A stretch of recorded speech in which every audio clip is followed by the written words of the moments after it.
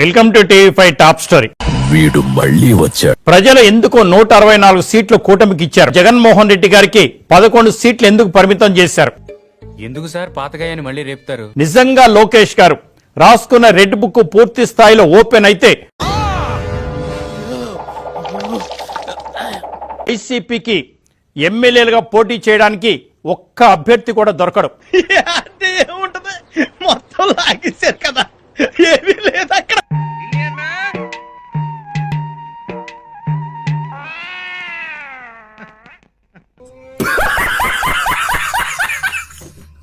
ఒక్క అభ్యర్థి కూడా దొరకడు. నిజంగా రెడ్ బుక్ ఓపెన్ చేస్తే మీరేమైనా చేయగలరు. ఎక్కడైనా ఫ్యామిలీలో ఒక్కడి తేడాగా ఉంటాడు, మీ ఎంటైర్ ఫ్యామిలీ తేడా. ఇవాళ పోసాని కృష్ణమూర్తి గారు కానివ్వండి, ఆర్జీవి గారు కానివ్వండి, శ్రీరెడ్డి గారు కానివ్వండి, వైఎస్ జగన్మోహన్ రెడ్డి గారి దగ్గర ఉన్న అణుబాంబు కన్నా శక్తివంతమైన ఆయుధం ఒకటే. వాస్తవం అధ్యక్ష, ఇది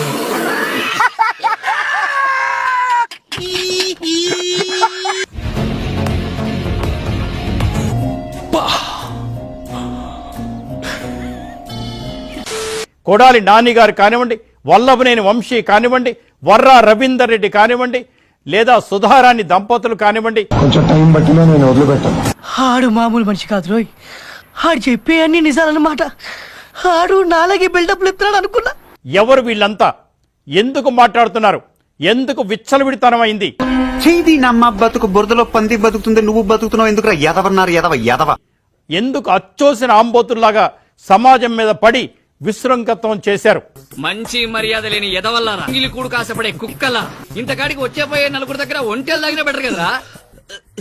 ఏం జన్మరా మీది?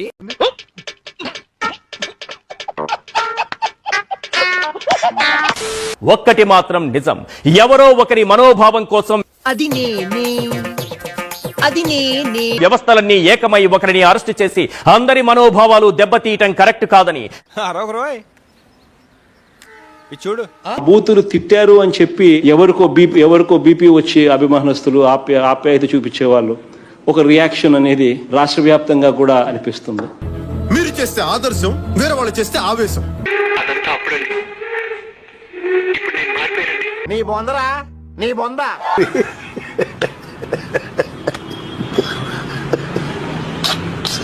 మనోభావం ఉన్నవారు ఎవరైనా ప్రశ్నిస్తారు.